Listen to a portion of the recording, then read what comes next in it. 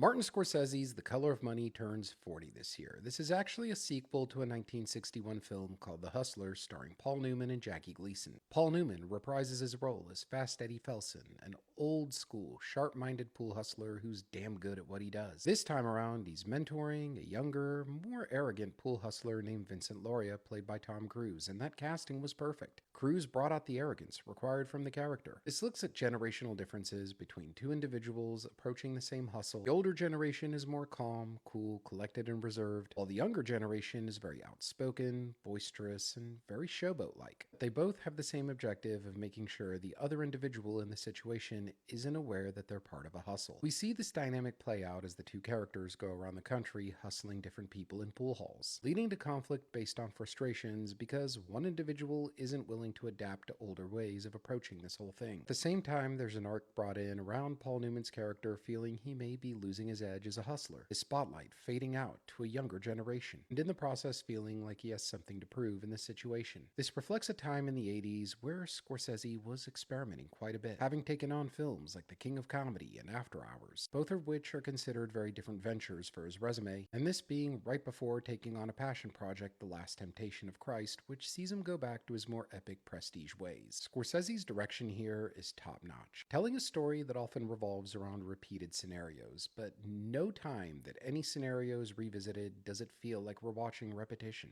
because each scene is distinctly differentiated by the way Scorsese approaches it with his auteur visionary nature. One sequence in particular offers up some of the best camera work Scorsese has ever applied to a scene. It involves the song Werewolves in London by Warren Zevon. The way the camera moves along the pool table without cutting as Tom Cruise's character just showboats is amazing. This would end up winning Paul Newman an Academy Award for Best Actor. It would certainly elevate Tom Cruise's presence as a star. While it's definitely a film that's recognized on Scorsese's resume, it's definitely one of various films he did in the 80s that I personally feel should be talked about more.